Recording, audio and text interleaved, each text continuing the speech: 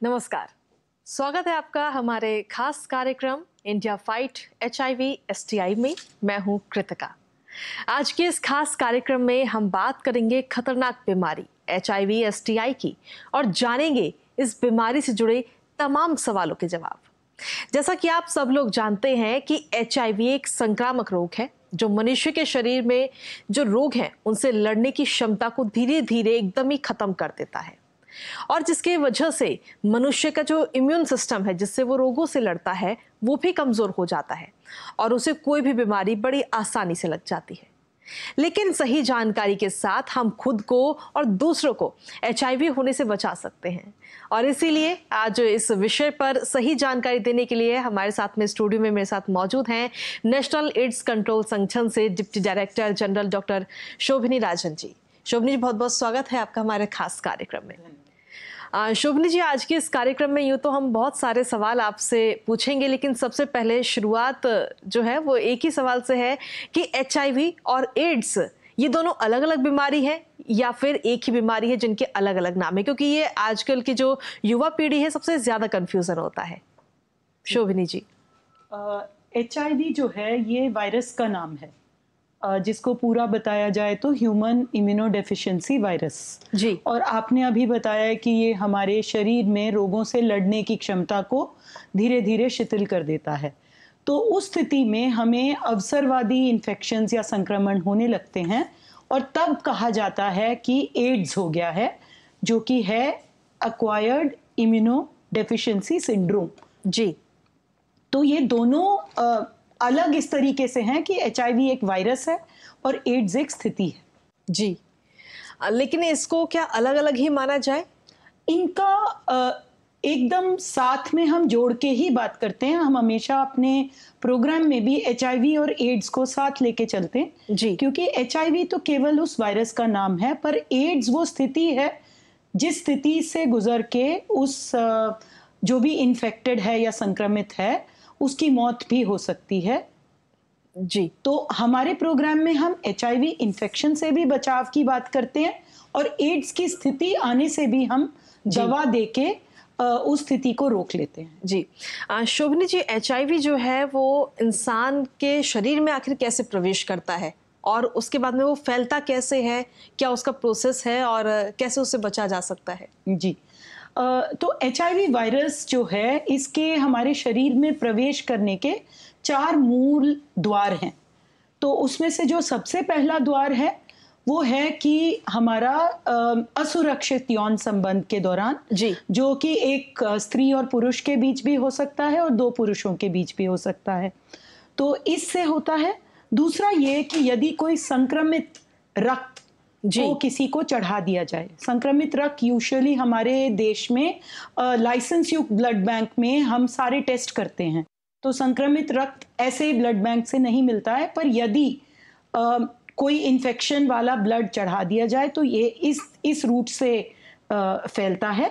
तीसरी बात कि जहाँ पे नशा करते हैं लोग और वो सुइयों का और इंजेक्शन की पैराफेरनेलिया का साझा प्रयोग करते हैं, तो उनमें यदि कोई एक आदमी इन्फेक्टेड है या एक औरत इन्फेक्टेड है तो उससे दूसरे व्यक्ति तक जा सकता है। और चौथा और इम्पॉर्टेंट रूट है कि यदि माँ, गर्भवती महिला HIV संक्रमित है तो वो अपने बच्चे को गर्भ के दौरान, प्रसव के दौरान या प्रसव के पश्चात स्तनपान के दौरान भी इस इन्फेक्शन को पहुंचा सकती है। जी। HIV और एड्स ये जो बीमारी है, क्या इससे किसी भी व्यक्ति की जान जाने का भी खतरा है? HIV इन्फेक्शन पर से नहीं, पर जब HIV इन्फेक्शन की वजह से हमारा शरीर अलग अलग रोगों को अपने अंदर आने देता है तो ये रोग जो हैं ये एक व्यक्ति की मौत का कारण बन सकते हैं। इनमें से मुख्यतः हम ट्यूबरकुलोसिस या क्षय रोग, टीबी की बात करते हैं, तो व्यक्ति टीबी से मर सकता है, व्यक्ति किसी और इन्फेक्शन से मर सकता है और व्यक्ति किसी कैंसर से भी मर सकता है। यानी कि जो अगर HIV का जो संक्रमण है अगर वो हमारे शरीर में अगर आ जाता है तो वो हमें और बीमारियों से लड़ने की जो शक्ति है वो एकदम खत्म कर देगा। जी। अभी इस बीमारी से आखिर बचा कैसे जा सकता है? जैसा कि हमने बताया, इसके स्प्रेड करने के या फैलने के तरीके यही 4 हैं और इन्हीं चारों तरीकों को हमें ट्रांसमिशन को ब्रेक करना है। तो जो यौन संबंध से फैलता है उसमें यदि कॉन्डम का प्रयोग किया जाए जी तो एचआईवी से हम बच सकते हैं। और यदि जो भी हम यौन संबंध बनाएं उसको पूरी जिम्मेदारी से और सोच समझ के बनाएं, पर्सन को अच्छे से जान के, तब भी इस रोग से हम बच सकते हैं। रक्त के लिए हमेशा लाइसेंस युक्त ब्लड बैंक से ही रक्त लिया जाना चाहिए और जब ब्लड डोनेट भी कोई करता है तो उसको भी अपने अंदर सोचना चाहिए कि क्या मैं किसी जोखिमपूर्ण व्यवहार में तो नहीं हूं, और यदि हूं तो मुझे ब्लड देना भी नहीं चाहिए। ये भी इसका एक इम्पॉर्टेंट तरीका है कि हम इससे कैसे बच सकते हैं। और गर्भवती महिला से अपने शिशु को ना पहुंचे इसके लिए हमारे यहाँ मेडिकल इंटरवेंशंस हैं कि गर्भवती महिला का जैसे ही पता चलता है कि उसको एचआईवी है, हम उसको दवा पे शुरू कर देते हैं और उस उपचार से ही उसके शरीर के अंदर जो वायरस की संख्या है उसको इतना कम कर देते हैं कि ये ट्रांसमिशन या संचार रुक जाता है। और जहां तक भी इंजेक्शन या नीडल या ऐसे कोई भी आइटम्स हैं जिनसे हमारे बॉडी फ्लूइड्स आपस में मिलते हैं, उन चीज़ों का साझा प्रयोग बिल्कुल नहीं करना चाहिए। जी शोभना जी, यूँ तो सरकार की तरफ से बहुत सारे कार्यक्रम चलाए जा रहे हैं, नशा मुक्ति अभियान चलाया जा रहा है जिससे कि हमारी युवा पीढ़ी नशा से दूर रहे, लेकिन क्या मैं आपसे जानना चाहूँगी कि नशे से भी एचआईवी और एड्स फैलने का खतरा होता है क्या? जी, आपने एक बहुत अच्छा सवाल पूछा है कि नशे से क्या एचआईवी फैलता है।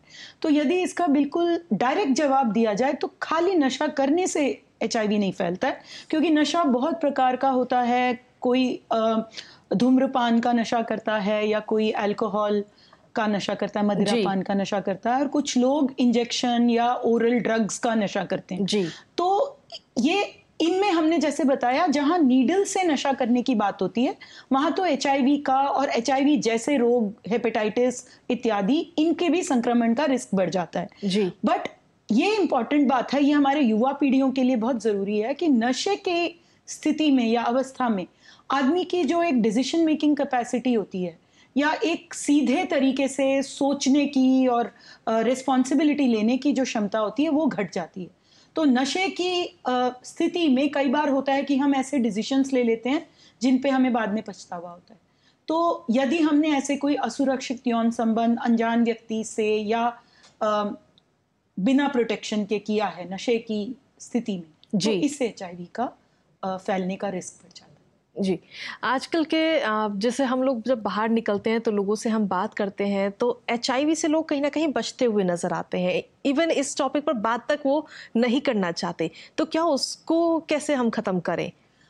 एचआईवी इन्फेक्शन ऐसा है कि इसके बारे में लोग नहीं बात करना चाहते और झिझकते हैं। जी, क्योंकि इसका रूट जो है, सेक्सुअल रूट ऑफ ट्रांसमिशन या यौन संबंध से जो ट्रांसमिशन होता है, उसके बारे में हमारे यहाँ, हमारी सोसाइटी में हम खुल के यूजुअली बात नहीं करते। बिल्कुल।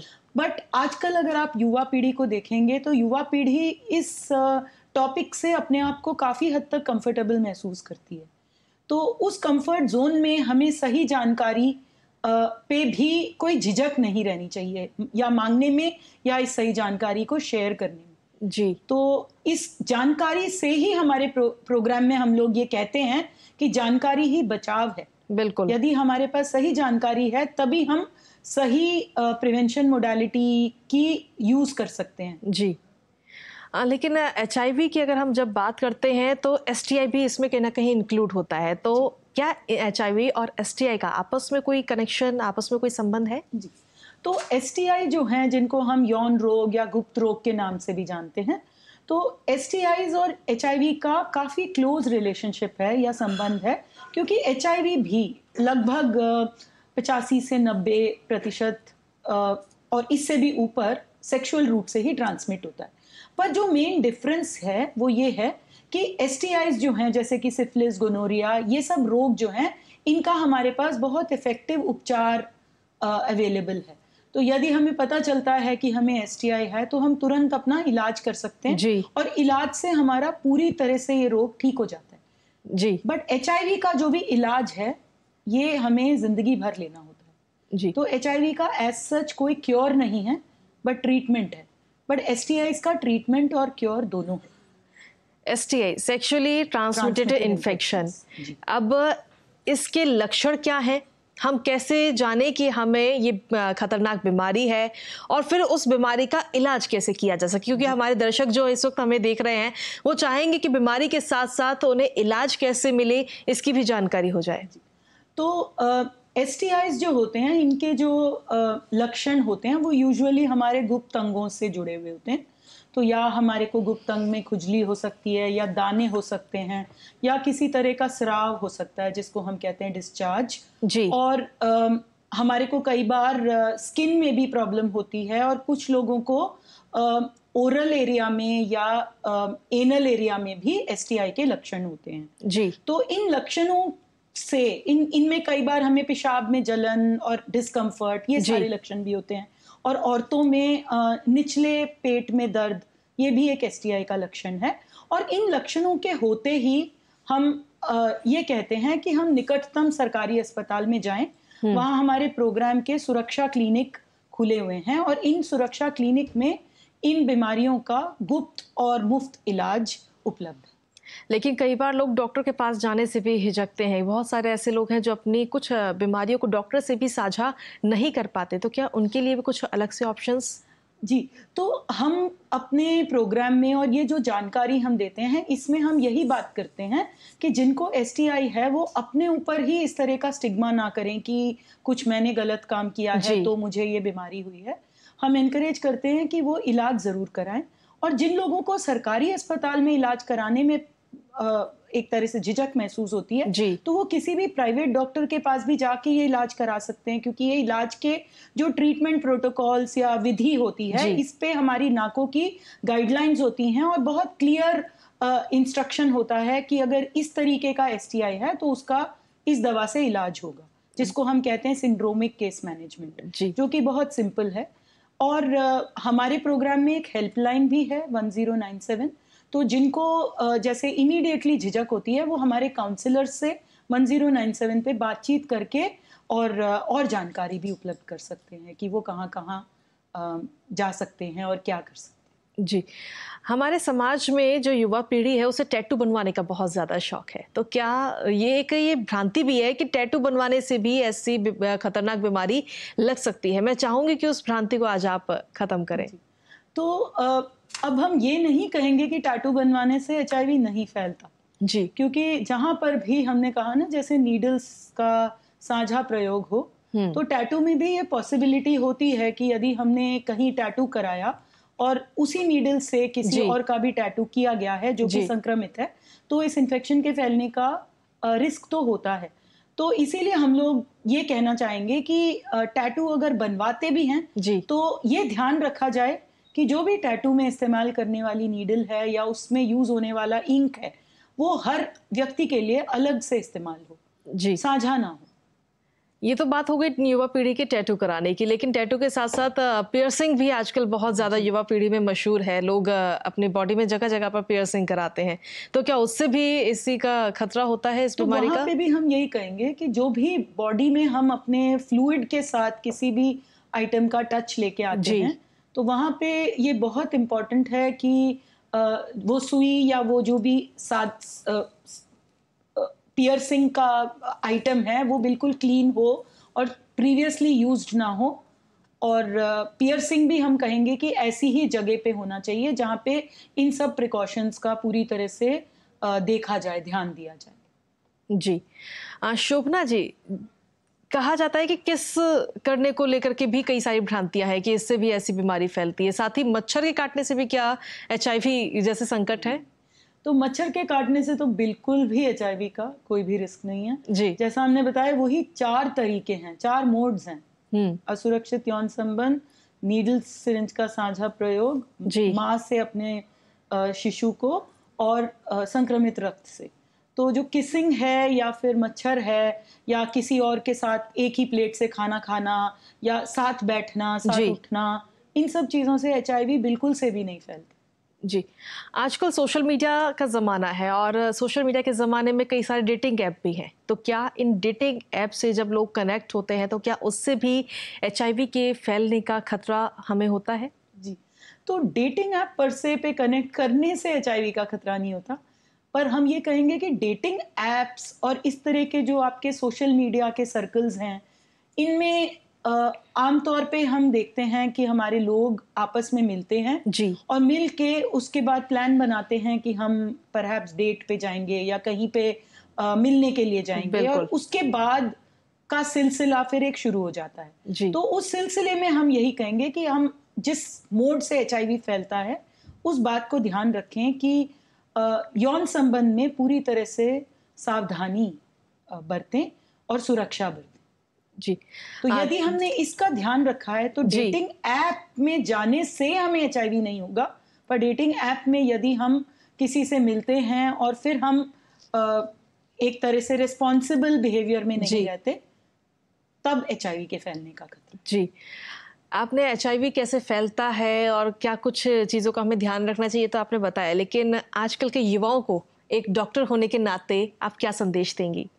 हम डॉक्टर होने के नाते और नाकों से बहुत सालों से जुड़े रहने के नाते से ये कहना चाहेंगे कि एचआईवी जो है वो एक डरने की चीज़ नहीं है, बट हमको ये ध्यान रखना है कि अपनी लाइफ में हम जिएं, पूरी तरह से जिएं, बट हम ये ज़रूर ध्यान रखें कि हम अपने आप को या किसी और को एचआईवी संक्रमण से बचा के रखें, क्योंकि कुछ भी हम कहें एचआईवी का 100% क्योर नहीं है। ऐसा कोई भी दवा या प्रावधान नहीं है जिसके सेवन से हम एचआईवी पॉजिटिव से एचआईवी नेगेटिव हो जाएंगे। तो एचआईवी पॉजिटिव होना एक लाइफ टाइम का एक लेबल भी है और लाइफ टाइम की एक आपकी लाइफस्टाइल को बिल्कुल बदल देता है। तो जहां बचाव का ऑप्शन है वहां हमें उस बचाव के ऑप्शन को जरूर से टिक करना चाहिए। इलाज तो है, अभी आगे हमारे प्रोग्राम में हम इलाज की भी बातें करेंगे,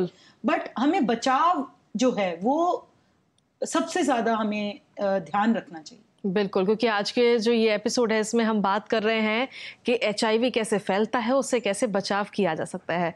हालांकि इसका जो अगला एपिसोड होगा उसमें हम बात करेंगे कि इसका उपाय क्या है।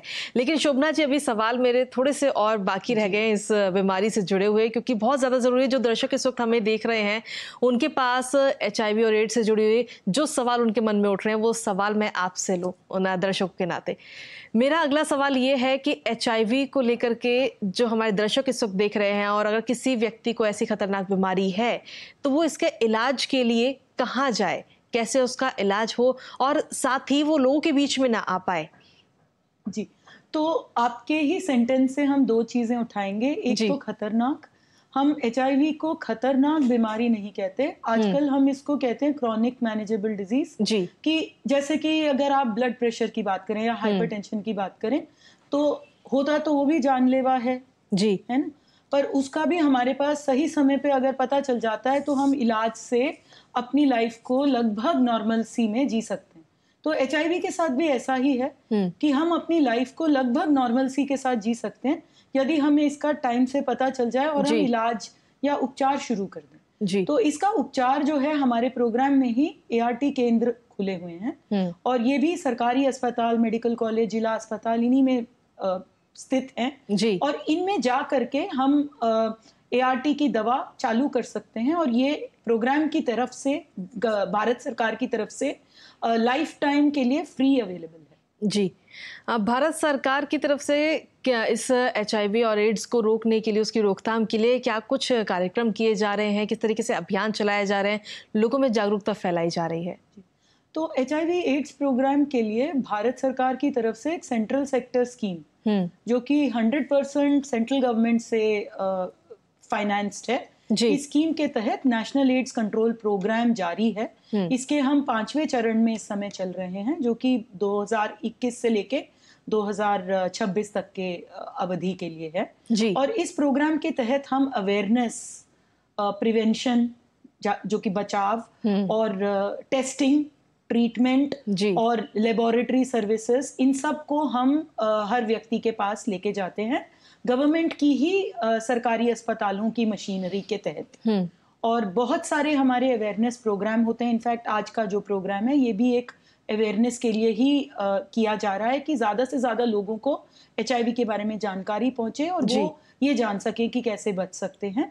और हमारे प्रोग्राम में ये स्टेट गवर्नमेंट्स में हमारी स्टेट एड्स कंट्रोल सोसाइटीज़ बनी हुई हैं जो कि स्टेट की गवर्नमेंट के साथ बहुत क्लोजली काम करती हैं जी। और वो स्टेट में वेरियस इंटरवेंशंस करते हैं, काफ़ी सारे कार्यक्रम ग्राउंड लेवल पे कम्युनिटीज़ के साथ जनसत्ता के साथ मिल के करती हैं। डॉक्टर शोभना जी, 2017 का जहां तक मुझे याद है कि भारत सरकार HIV और एड्स से जुड़ा हुआ एक एक्ट भी लेकर के आई थी जी। उस एक्ट का उद्देश्य क्या है, क्यों उस एक्ट को लाया गया? जी, HIV एड्स एक ऐसी बीमारी है जिसका अपना ही एक एक्ट है, ऐसी कोई भी और बीमारी नहीं है जिसके लिए अलग से एक्ट है।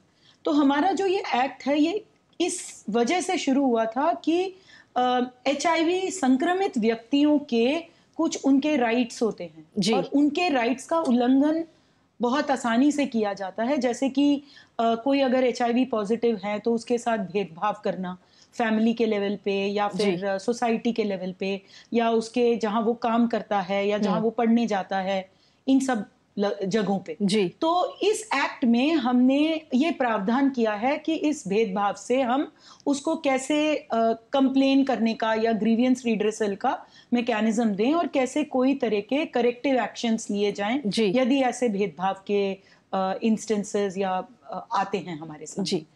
तो ये एक्ट में हमारी सारी गाइडलाइन भी जुड़ी है, ये बताता है कि कैसे हमें कोई भी व्यक्ति का टेस्ट हम जबरदस्ती से नहीं कर सकते, मैंडेटरी तरीके से नहीं कर सकते।